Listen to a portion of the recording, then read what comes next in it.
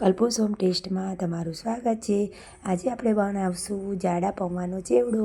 તેના માટે મેં 500 ગ્રામ પૌવાને સરસ એવા સાફ કરી લીધા છે અને તેને ચાળી લીધા છે। અને સાથે આપણે પૌવામાં નાખવાનો એક મસાલો બનાવીશું। તેના માટે મેં 1 ચમચી લાલ મરચું પાવડર, 1 ચમચી આમચૂર પાવડર, 1 ચમચી દળેલી ખાંડ લઈ લીધી છે અને અડધી ચમચી મીઠું લઈ લીધું છે। મીઠું તમે તમારા સ્વાદ પ્રમાણે નાખી શકો છો।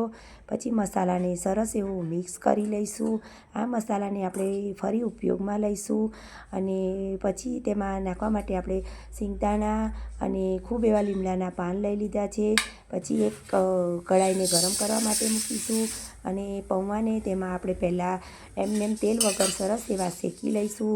જ્યાં સુધી આપણા પૌવાનો થોડો એવો કલર ચેન્જ ન થાય ત્યાં સુધી આપણે તેને શેકી લેવાના। હાથમાં જોઈને ચેક કરી લેવાના કે આપણા પૌવા કડક થયા છે કે નહીં। પછી આપણે તે જ કઢાઈમાં 2 મોટા ચમચા ભરીને તેલ નાખીશું અને 1 નાની ચમચી ભરીને હિંગ નાખીશું। પછી જે સિંગદાણા લીધા હતા તે નાખીશું। સિંગદાણાને આપણે સરસ એવા ફ્રાય કરીશું। આપણા સિંગદાણા થોડા ફ્રાય થઈ જાય પછી આપણે તેમાં દાળિયાની દાળ નાખીશું। તમારી જોડે દાળિયાની દાળ ન હોય તો તમે સ્કીપ પણ કરી શકો છો। દાળિયાની દાળ અને સિંગદાણાને સરસ ગોલ્ડન બ્રાઉન થાય ત્યાં સુધી આપણે શેકીશું અને પછી આપણે તેમાં મીઠા લીમડાના પાન નાખીશું। લીમડાના પાન નાખ્યા પછી લીમડાના પાન થોડા એવા સતળાઈ જાય પછી અડધી ચમચી હળદર નાખીશું। હળદરને પણ સરસ મિક્સ કરીને જે આપણે પૌવા શેકીને રાખ્યા હતા તે નાખીશું અને સરસ એવું મિક્સ કરી લઈશું।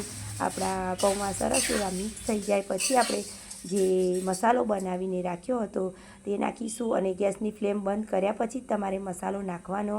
પછી મસાલો સરસ નાખીને આપણા પૌવા ગરમ છે તેથી મસાલો સરસ એવો મિક્સ થઈ જશે। આપણા પૌવા સરસ મજાના રેડી છે। તમે તેને ચા સાથે ખાઈ શકો છો અને 15 દિવસ માટે તેને સ્ટોર કરીને પણ રાખી શકો છો।